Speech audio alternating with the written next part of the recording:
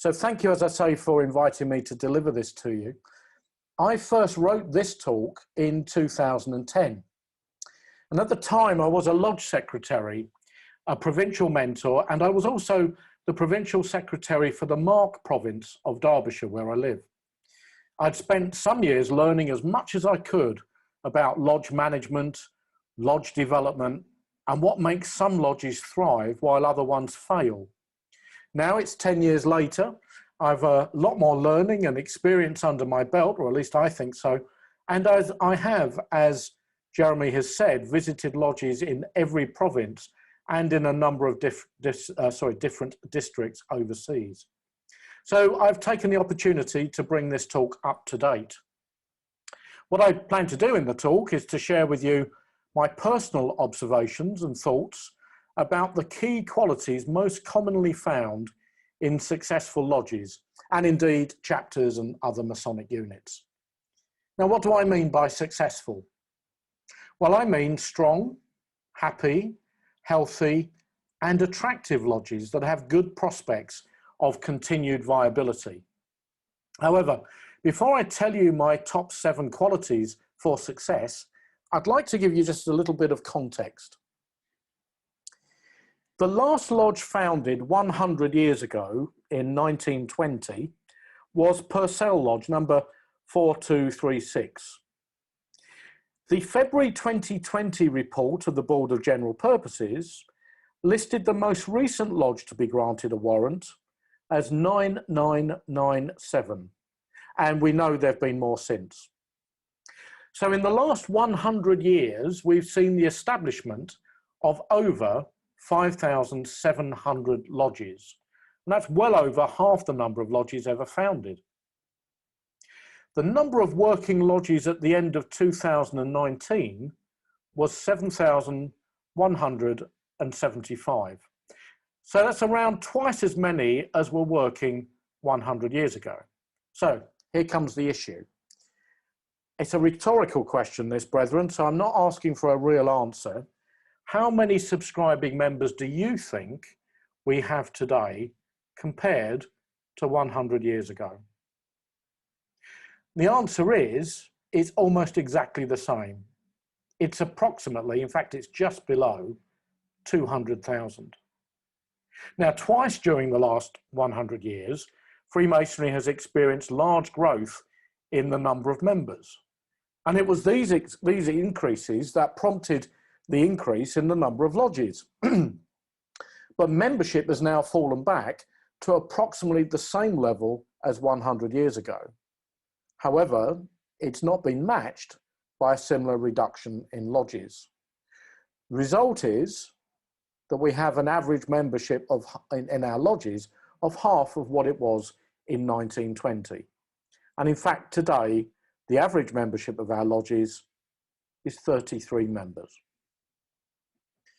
Now, without a strong pool of diverse members of varying ages and skills, lodges often struggle to find able and willing brethren to occupy the key offices that keep the lodge active and successful. And it doesn't take long for a once strong, healthy, and attractive lodge to begin a slide into difficulty.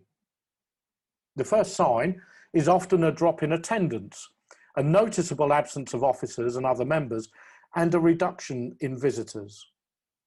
Unless early action is taken to arrest the slide, it can easily accelerate towards oblivion. Now, before we get too gloomy and downhearted, there is very good reason to be optimistic about the future. Freemasonry is attracting increasing interest among young professional men, and many lodges have been very successful in bringing in new members.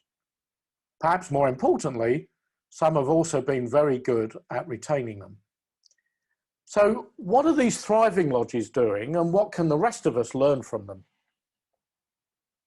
One of the most widely read self-help and management books of the late 20th century was Stephen Covey's 7 Habits of Highly Effective People. Covey observed and studied the patterns of behavior most common in people who were, in his observations, happy, successful, and effective in life. So here is my very personal attempt to do the same with respect to lodges. My first of the 7 habits is great ritual and ceremonial. Now, brethren, all the meaning of Freemasonry, its core, is in the ritual. Everything else, our rules, our ranks, and our routines, just wrap around the ritual and the lessons it contains. Well-delivered ritual allows its meaning to be communicated and interpreted. It helps us to gain the personal insights that are so important for our understanding and our Masonic and personal growth. Ritual delivered in a meaningful manner is most appreciated by the candidate. If it flows well, with supportive rather than zealous prompting where necessary, it's likely to leave a lasting impression. Such ceremonial work sets standards that new members aspire to emulate, and it attracts visitors to the lodge. In contrast, slow, faltering, or hesitant ceremonial, delivered with multiple and intrusive prompts, becomes uncomfortable for those doing the work and embarrassing for those on whom it's been inflicted. Now, by well-delivered ritual, I don't mean perfect ritual. We're not Shakespearean actors, or at least most of us are not. And while some brethren can achieve word-perfect delivery, any requirement that all of us should do so would create unreasonable expectations and all the stress and loss of confidence that these can often bring. Such a requirement might even turn our attention away from the meaning.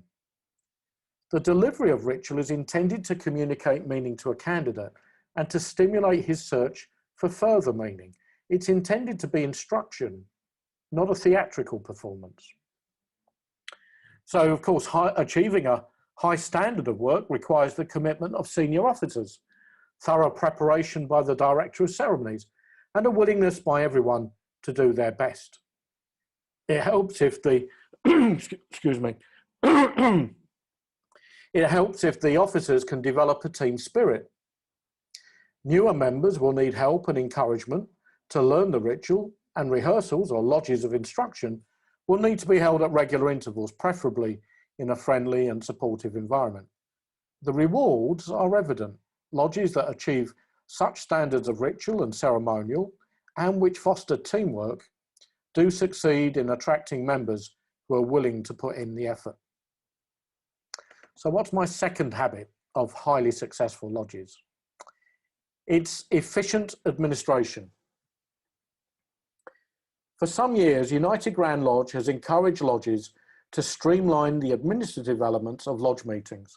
Now, these elements are important, but they're not the reason we meet. 200 years ago, the best way of communicating with members was orally at meetings. The need for that went out with the Bander machine, the spirit duplicator, invented in 1923. Today, technology affords us much more effective methods of keeping people informed. If you took away all of the ceremonial from our lodges, just for a second and put it to one side, you would be left with a Victorian committee meeting. And no other organisation that I can think of still runs its business meetings in such a time-consuming manner. Working Masons do not give their leisure time to hear repetitive minutes read aloud in a monotonic voice, or to take part in lengthy and protracted administrative processes, or to witness bumbling secretaries shuffle papers and read all communications. All of this can detract from the enjoyment of an otherwise good lodge meeting. Yes, administrative elements of lodge meetings are clearly a necessary formality, but they can be undertaken in a slick and efficient manner to occupy minimal lodge time and to help keep the focus on the core of Freemasonry. All that is needed is the proper use of technology and some advanced preparation by the lodge secretary and others. The imminent arrival of United Grand Lodge's Hermes system is set to take much of the lodge's administrative work online and make the job of the hard-working secretary easier. If secretaries can use this opportunity to improve the prior planning and organisation of lodge meetings, we can expect to see less meeting time consumed by administration and more time given to labour and refreshment. That is, to ceremony, ritual, and social intercourse. So that brings me to my third habit of highly successful lodges, and that is active support for new members. The lifestyle and cultural experiences of men joining the craft today is very different from those in even the recent past. Men have far more leisure options, are expected to do more in the home, and are more answerable to their families as to how they spend their time and money. They're also less deferential and much less likely to comply with the instructions or expectations of their social or Masonic elders without questioning or understanding why. So the net effect is that if they do not enjoy their Freemasonry, if it lacks meaning for them, or if they're not involved, they may well decide to leave. Nationally, 1 in every 5 new members resigns before being presented with his Grand Lodge certificate. And many of these brethren cite these very reasons. Rarely do they explain this to their lodge, however. Many just prefer to say something such as their own circumstances had changed. Now, Masonic mentoring is about providing active support for new members to help them to make sense of the craft, to learn about its symbols, teaching, and customs. It is more than the passive or reactive approach of being friendly and available. It has to be planned and organised. Now, this involves time on the part of the member and their personal mentor, whose role it is to provide the new member with the information, contact, and personal support that he wants, not what the lodge thinks that he should have. So the member's pathway now provides us with a structure, a process, and guidance for this planned mentoring. So there's no longer any reason to leave this essential support for our new members to chance. By welcoming, befriending, and nurturing the newer members, the very brethren who will lead Freemasonry in the future, we can provide good membership experiences, keep their interest, and foster their commitment. So my fourth habit is involvement of all members. In a more deferential age, members may have been happy to wait until they were senior enough to have an active role in the lodge. Many members joining today take the view that their voice should be heard and their talents used, and they consider that their membership fee entitles it to be so. Some lodges now open lodge committee meetings to all members, even if not all attendees have full voting rights. Others involve newer members and their partners in organising social events. The latter has the advantage of using a wider pool of skills and experiences for the benefit of the lodge. It builds relationships and it attracts potential new members. Once a member has been through the chair, is he still engaged in the work of the lodge? Finding a role for every past master is a means of keeping them engaged and maintaining their attendance. It doesn't have to be a collared office, it just has to be something that uses the past master's skills and suits his interest and commitment. Passing on key offices to recent past masters is also a way of keeping the lodge refreshed and ensuring that there are competent people around to run it in the future. I was amazed when visiting one lodge a little while ago to see that none of the past masters who had been installed in the last 10 years had a continuing office in the lodge. Although many of them were still members, very few of them were actually in attendance. Now, how can such a lodge expect to retain the interest and attendance of past masters if they do not feel wanted or involved in some way? How can the lodge expect to have a future if it does not pass on offices to newer members while there are still others around to support them? Family involvement is increasingly important too, especially in social activities. A lodge that is not family friendly may well be creating clashes for its members' priorities, while brethren whose families support their Masonic involvement are often able to give more time to their lodge. Creating opportunities for partners and families to be involved also builds their support for Freemasonry and gives them an insight into its relevance and meaning. So my fifth habit of highly successful lodges is a willingness to evolve and change. The history of Freemasonry has been that of evolution and change, despite what some brethren may tell you. Evolution allows organisations, and that includes lodges, to stay fresh, attractive and relevant. Many of our most ancient and traditional organisations, and I include here the monarchy, the City of London and our oldest universities, recognise that they must evolve what they do internally to synchronise or mesh with what is happening in the outside world. Otherwise, they end up disconnected, irrelevant and unable to engage, support or attract and retain members. Over the years, many lodges have moved away from their founding purpose or origins. For example, many lodges established to serve particular communities have converged into larger Masonic centres. Other lodges have found that the shared interest they served, such as a school, a regiment or a hobby, no longer exists or has fallen in popularity. Unless such lodges evolve to offer something new and distinctive, they become just another lodge, little different from anything else. It's far more difficult to attract new members into such lodges. On the other hand, lodges that do evolve, that find some unique feature, that occupy a niche or associate with another organisation, can often continue to attract new members. Unique features might include special lodge traditions or practices. Niche lodges include those that meet in the daytime to attract those who are unwilling or unable to go out in the evenings. Affinity lodges cater for members with a shared interest, such as a particular school, a university, or a unit of the armed services, scouting, round table, historic reenactors, and so on. Step 1 of the members' pathway encourages lodges to prepare a development plan, to identify where its future members will come from and how its meetings and practices will attract and hold that membership. This process helps a lodge to evolve, to refresh, to identify specific groups of potential members, and to build relationships with affinity bodies.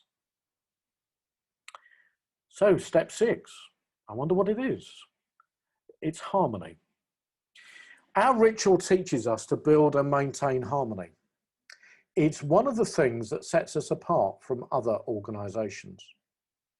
Harmony binds a lodge together and provides a foundation upon which Masonic teaching can come alive. But equally, nothing destroys a lodge like disharmony. New members will soon leave a lodge that is not practicing its principles of harmonious working.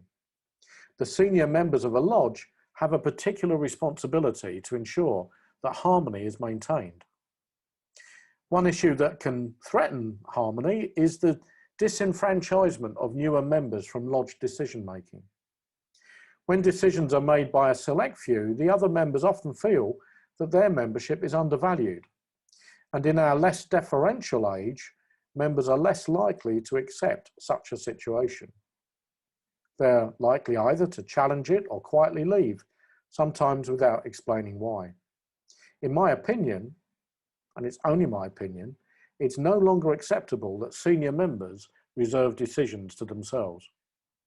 As a lodge secretary, I always used to tell the incoming master that leadership and the harmony of the lodge were his first priorities and the key to its future success for his year and beyond. Consultation and brotherly love are essential for harmony to exist. Now, by consultation, I mean keeping members informed of issues, consulting them on contentious matters, exercising caution with respect to decisions. In this way, everyone has the chance to have their say, to be heard, and to work happily and willingly for the collective good. Brotherly love is built by being together, by labour and refreshment, a balance of Masonic and social activities, by supporting each other and by always considering the best interests of the whole. But it's destroyed when cliques and factions take over, whether they're based on seniority, other interests, or when differences of opinion arise.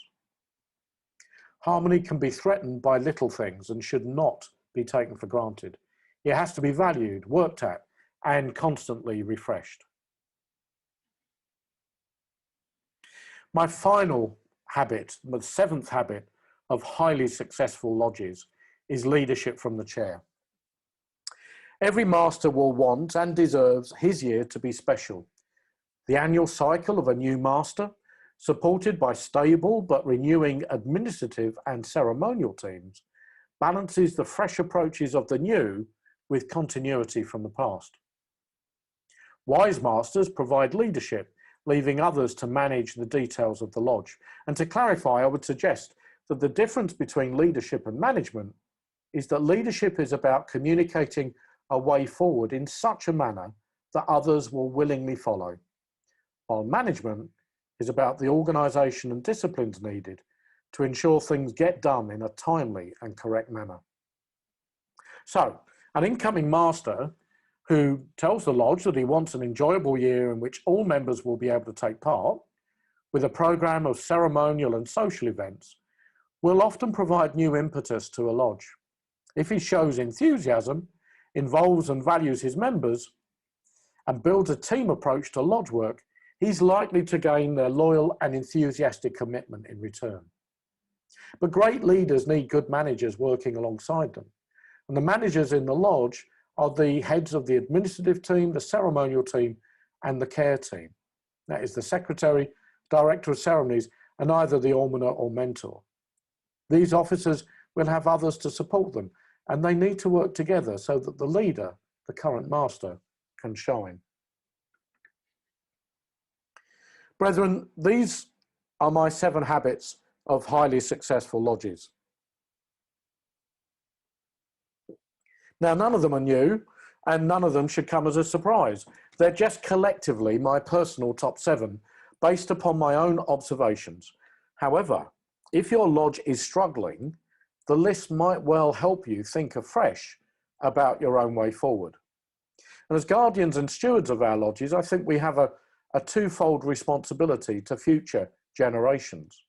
The first is to protect and preserve the core of Freemasonry. That is the meaning that we're taught in the ritual, so that Freemasonry itself continues to exist and to be a force for good in the world. The second is to do all we can to pass on to our successors a lodge that is fit for the future, well suited to our current and likely future circumstances. And we can do this by evolving and adapting the things we wrap around the core to suit our changing circumstances. By this I mean things such as our administration, our festive boards, our lodge committees, social events, and our support for our new members. Successful lodges have always made such adaptations, and this is the reason so many of them have survived, some for over 300 years. But failure to evolve and change is also the reason why 1/3 of all lodges have closed in the last 200 years. So if you want to explore in more detail the issue of evolution and change in Freemasonry, you might want to think about inviting me back to deliver another of my talks on that very subject. But if your lodge is struggling or is in decline, now is the time to act. And my best advice is to adopt and follow the members' pathway. And Jeremy has already mentioned this, and I should pay tribute to your past Provincial Grand Master, Peter Taylor, who had so much to do with this work and to whom a lot of the credit goes for the development of the pathway and its establishment and adoption by United Grand Lodge. As lodges, to adopt the members' pathway, we need to start at step 1. Step 1 takes you through a review of your lodge and its practices to agree a lodge plan. You can then follow the other steps to attract, introduce, and retain new members. My other piece of advice is to engage the support of your provincial membership officer. He and his team have experience in these matters, and they can guide you through the process.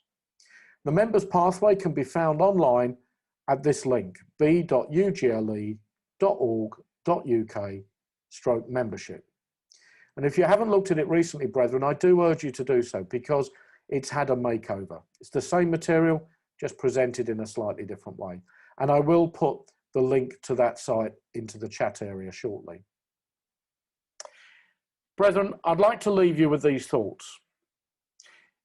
If you always do what you've always done, you will always get what you've always got. And if what you're doing is not working, do something different. So I wish you well, brethren. Many lodges have trod this path before, and many have shown that with vision, energy, and commitment, they can revive their fortunes. And the help you might need is now available. So the future of your lodge is very much in your hands. Thank you again for your attention and interest. You've shown in my personal top 7 habits of highly successful lodges, and I'm now very happy to be questioned and, who knows, quite possibly challenged.